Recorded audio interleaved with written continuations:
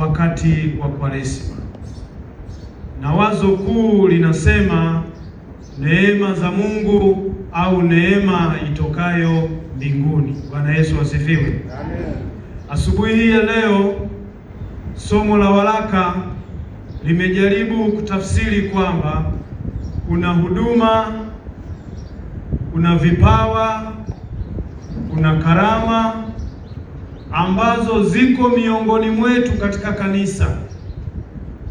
Lakini Mtume Paulo anapozungumza na Warumi hawa anasema hivi vyote tulivyo navyo, huduma, vipawa na karama katika kumtumikia Mungu, tumepewa kwa neema, na wala miongoni mwetu asitokee mtu akajisifu.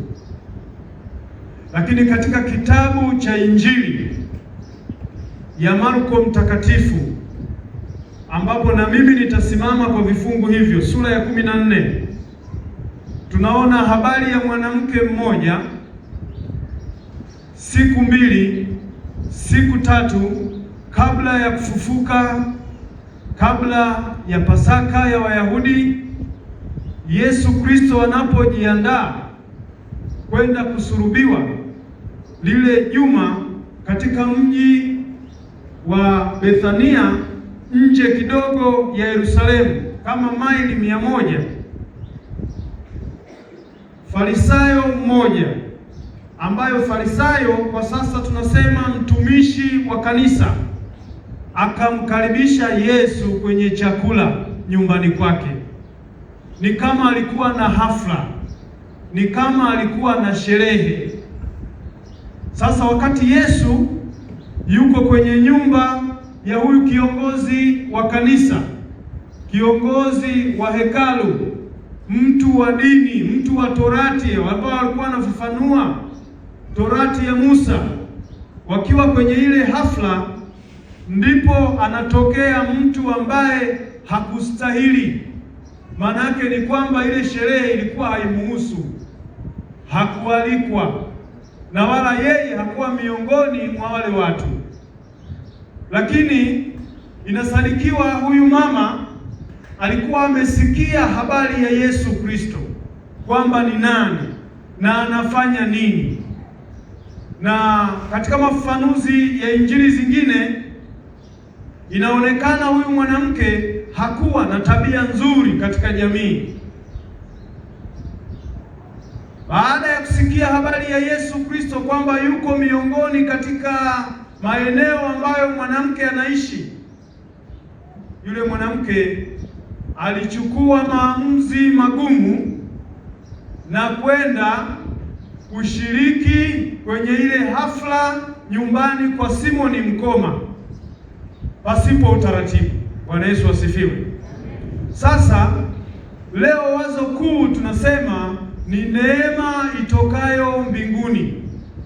Neema ni nini? Neema ni kitu kinachotolewa bila mtu kukifanyia kazi. Neema ni kitu ambacho mtu anapewa bila kukigharimikia, bila kulipia, bila kukiomba. Inatokea kwa mapenzi ya Mungu na makusudi ya Mungu. Mungu anatupa, na Mungu anampatia mtu, na Mungu anamgawia mtu, na Mungu anamhudumia mtu kwa kadiri apendavyo yeye. Kwa hiyo neema ni kitu ambacho kinaanguka mbele yako, unapewa katika maisha yako, unapewa katika huduma yako bila wewe kutazamia, lakini Mungu anakupa. Kwa hiyo mwanamke huyu hakutazamia kukutana na Yesu Kristo, lakini kwa neema Yesu Kristo kwenda kushiriki hafla nyumbani kwa Simoni Mkoma, mwanamke huyu anakutana na neema hiyo. Na mwanamke huyu aliangalia katika mazingira yake afanye nini. Ametaabika katika maisha hayo ya ukahaba, ametaabika katika mazingira ambayo ni ya utata.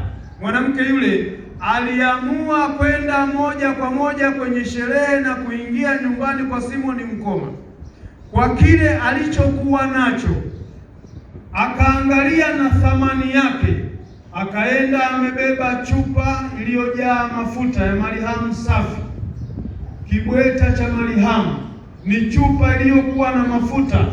Mafuta haya yanayofananishwa na pafyumu yenye gharama kubwa sana. Alipofika kwa Yesu, aliamua kukivunja kile kibweta, halafu akamimina yale mafuta kichwani kwa Yesu. Yakatokea mambo yafuatayo. Kwanza, wanafunzi walichukizwa sana. Bwana Yesu asifiwe. Walichukizwa kwa sababu gani? Kwa sababu kitu ambacho kimetolewa kwa Yesu kina thamani kubwa. Bwana Yesu asifiwe. Wanasema, kwa nini unafanya jambo hili?